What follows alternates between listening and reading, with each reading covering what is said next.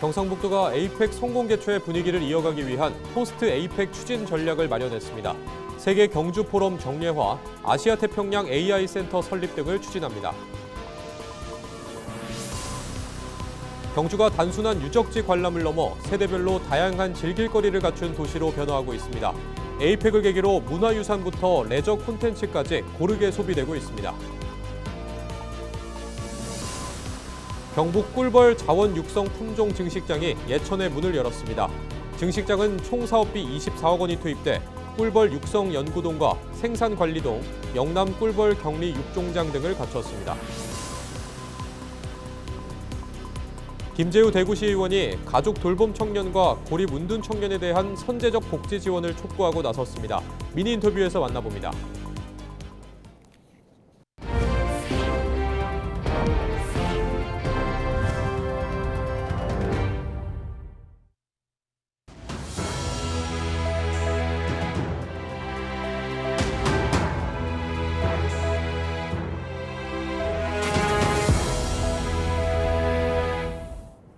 시청자 여러분 안녕하십니까? 헬로티비 뉴스입니다. 에이펙 성공 개최의 성과를 이어갈 경북도의 사업 방향성이 나왔습니다. 경북도는 세계 경주 포럼을 통해 세계 각국과 문화 교류를 이어가는 등 글로벌 10대 문화관광 거점으로 성장하겠다고 밝혔습니다. 천년의 유산과 에이펙 인프라를 활용한 경북도의 새로운 도약이 기대됩니다. 홍하영 기자입니다. 경상북도 포스트 에이펙 사업은 문화의 방점이 찍혔습니다. 경북도는 19일 포스트 에이펙 추진 전략 보고회를 열어 3대 분야 10대 사업을 발표했습니다. 가장 먼저 경주 천년의 유산과 에이펙 인프라를 활용해 세계 경주 포럼을 열고 이를 정례화하겠다는 건데 에이펙 회원국을 중심으로 글로벌 교류와 한류 확산의 교두보로 삼겠다는 겁니다. 세계 역사문화 환경경제 정상회의로 결성하여 각국 정상, 국제기구, 글로벌 기업 CEO가 참여하는 정상급 회의로 발전시키기 위해서입니다. 이를 통해 경제는 다보스, 안보는 민헨, 역사유산은 교토, 그리고 문화창조산업은 경주라는 새로운 글로벌 모델을 만들어가겠습니다. 또 에이펙 연합도시 협의체를 구성해 개최 도시들과 문화 교류를 활성화하고 글로벌 10대 문화관광 거점으로 도약하겠다는 계획을 밝혔습니다. 에이펙 정상회의에서 공식화됐던 아시아 태평양 AI 센터도 설립합니다. 여기서는 AI 윤리와 표준, 정책, 인재 양성 등 국제적 주제에 대해 논의하고 경북은 의제를 선점함으로써 글로벌 AI 공동체의 핵심 거점이 되겠다는 방침입니다. 특히 포항과 구미, 안동과 예천의 데이터 센터를 연결하고 대구와 경산의 인재 양성을 연계해 AI 미래 공동체를 만들겠다는 계획도 나왔습니다. 도정 전 분야에 대해서 AI를 도입을 추진하고 있습니다. 지사님께서 말씀하셨다시피 AI 고속도로와 연계된 5대 도시권을 통해서 대한민국 AI 미래 공동체를 구축하고 경상북도 전역이 이러한 AI 선도 산업이 구석구석 스며들 수 있도록 준비하겠습니다. 이 밖에도 인구 문제를 함께 해결하기 위해 국립인구정책연구원을 만들고 인구정책 포럼을 유치하겠다는 계획도 내놨습니다. 경북도는 에이펙을 계기로 관광객이 늘고 호텔 투자 문의가 이어지고 있다며 이러한 효과가 경북 전역에서 나타날 수 있도록 광역 사업을 이어가겠다고 밝혔습니다. 우리 문화가 많이 알려져 있고 K푸드에 대해서 많이 알려져 있기 때문에 문화도 수출하고 K푸드를 수출하는 우리 경상북도에서 잘할 수 있는 것들이기 때문에 그런 것도 수출도 하고 투자도 받는 그런 에이펙이 효과가 있도록 하겠습니다. 경주 에이펙이 경북의 성장으로 이어질 수 있도록 마련한 사업들. 이 사업들이 경북 전체에 얼마나 긍정적인 효과를 가져다 줄 수 있을지 관심이 쏠립니다. 헬로티비 뉴스 홍하영입니다. 경주가 단순한 유적지 관람을 넘어 세대별로 다양한 즐길거리를 갖춘 도시로 변화하고 있습니다. 에이펙 정상회의 개최 이후 국제적인 관심이 이어지면서 문화유산부터 레저 콘텐츠까지 고르게 소비되고 있는 것으로 나타나고 있는데요. 젊은 세대는 레저 체험을, 중장년층은 문화와 역사에 집중하는 모습이 뚜렷해졌습니다. 이하영 기자가 보도합니다. 불국사와 석굴암, 첨성대 등 유네스코 세계유산을 간직한 신라 천년고도 경주. 에이펙 정상회의를 계기로 전통 문화유적지 관람과 체험형 콘텐츠가 함께 성장하며 관광 저변이 확대되고 있습니다. 한국관광데이터랩의 경주 관광지 선호도 순위를 보면 지난해와 올해 경주를 찾은 방문객은 불국사가 각각 20.2%와 19.9%로 변함없는 1위를 기록했습니다. 지난해 9.7%로 5위에 머물렀던 국립경주박물관은 올해 11.8%로 2위까지 껑충 뛰어올랐습니다. 특히 경주박물관은 에이펙 한미 한중 정상회담 개최지라는 상징성과 신라금관 6점을 한자리에서 공개한 특별전의 흥행이 겹치며 방문객이 급증하고 있는 것으로 분석됩니다. 세대별 선호도는 명확하게 갈렸습니다. 20대에서는 경주월드가 21.1%에서 27.7%로 증가했고 30대도 경주월드 선호도가 12.4%에서 15.4%로 증가했습니다.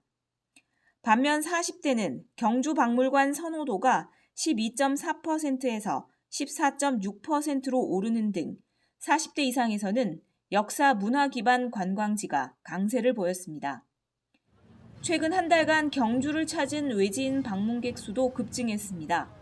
589만 6천여 명으로 지난해 같은 기간보다 23% 늘었습니다. 브랜드 가치가 엄청 높아졌기 때문에 행사 이후에 어마어마한 관광객들이 우리 경주에 오리라고 생각합니다. 여러분 아시다시피 지금 우리 경주 박물관 이곳에서 근관 특별전 하고 있지 않습니까? 정말 관광객들이 너무 많이 와서 다 수용하지 못할 정도로 이렇게 특수를 좀 누리고 있습니다.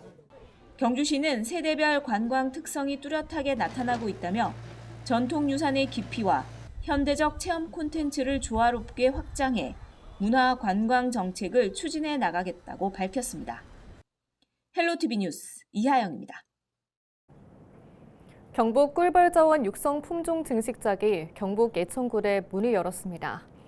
기후변화와 질병으로 어려움을 겪는 양봉산업의 안정화와 경쟁력 강화를 위해 건립된 것으로 총 사업비 24억 원을 들여 꿀벌 육성 연구동, 생산관리동, 영남 꿀벌격리 육종장 등을 갖췄습니다. 증식장에서는 수밀력과 질병 저항성, 봉산물 다수학 능력 등이 우수한 꿀벌 품종을 연구하고 농촌진흥청 등록 우수 품종인 젤리킹을 비롯한 우량 여왕벌을 대량 증식해 양봉 농가에 보급하는 역할을 수행합니다.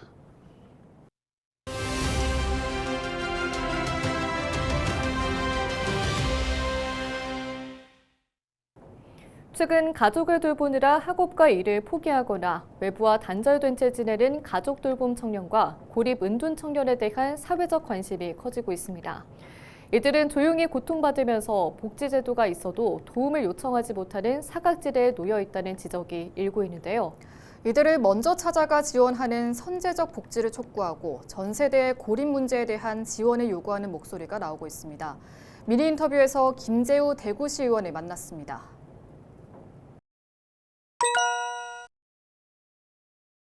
현장을 다니다 보면 조용히 참아내는 청년들을 자주 만나 뵙게 됩니다. 가족을 간병하느라 학업도 일도 포기한 청년, 병원과 집만 오가며 지내는 친구, 그 모습을 보면 이게 개인의 문제가 아니라는 생각이 듭니다. 특히 제 마음에 크게 남은 사건이 하나 있습니다. 2021년에 대구에서 한 청년이 아버지를 홀로 간병하다가 더 이상 버티지 못하고 뜻하지 않게 아버지를 방치하게 되었는데요. 안타깝게도 결국 아버지가 세상을 떠나시게 되었습니다. 그 일은 지금도 제게 정책이 제때 손을 내밀지 못하면 어떤 일이 벌어지는가를 깊이 되새기게 합니다.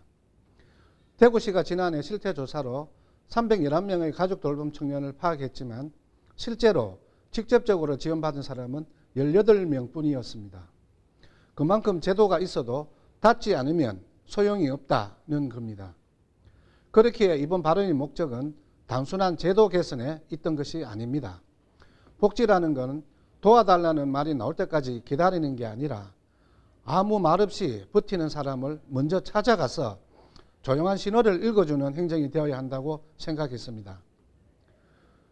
저는 그걸 가능하게 만드는 첫걸음을 이번 조례 발언을 통해 시작하고 싶었습니다. 2023년도에 대구시가 가족 돌봄 청소년 지원 조례를 제정했지만 지금까지 시행 계획도 없고 예산도 없습니다. 조례가 말뿐인 상태인 거죠. 그 사이에도 돌봄과 고립에 묶인 청년들은 계속 늘고 있습니다. 그래서 저는 한정된 계층이 아니라 다양한 고립 이용군을 포괄적으로 보호할 수 있도록 사회적 고립, 운둔 예방 및 사회복귀 지원에 관한 조례안을 12월에 발의할 예정입니다. 청년뿐만 아니라 중장년, 1인 가구, 장애인 등까지 포함해 생애 주기별 맞춤 지원 체계를 만들고 실태조사, 전문 인력 양성, 사회 참여 회복 프로그램, 민간 협력 구조까지 담았습니다. 고립과 돌봄의 문제는 이제 특정 세대만의 이야기가 아닙니다. 지금은 청년뿐 아니라 중장년, 노년까지 전 연령층으로 확산되고 있는 사회적 위기입니다. 이번 조례는 이 문제를 단순한 복지 차원이 아니라 지역이 함께 책임지는 과제로 제도화하고 생애 전 주기를 아우르는 지원 체계를 만들어 가려는 첫걸음이라고 생각합니다.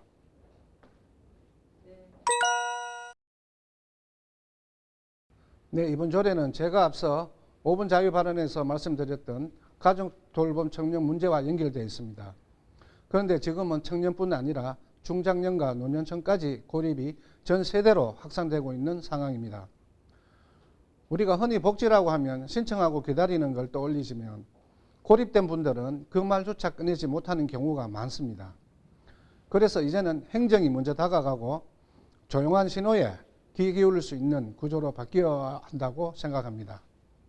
저는 이번 조례가 그런 변화를 시작하는 출발점이 되었으면 합니다. 시민 여러분께도 부탁드립니다. 주변에 조용히 가족을 돌보거나 외부와 단절될 분이 있다면 그냥 지나치지 마시고 가볍게 안부 한마디 건네주십시오. 그런 관심이 쌓여야 행정도 더 가까이 갈 수 있고 결국 우리 도시가 함께 살아갈 수 있는 힘이 된다고 믿습니다.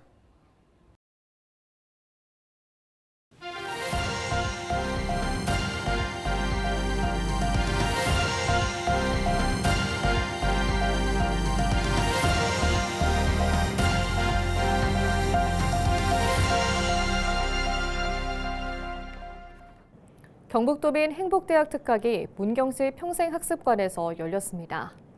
이번 특강에는 김양비 김천대 상담심리학과 교수가 마음의 온도 조절하기를 주제로 강연을 펼쳤습니다.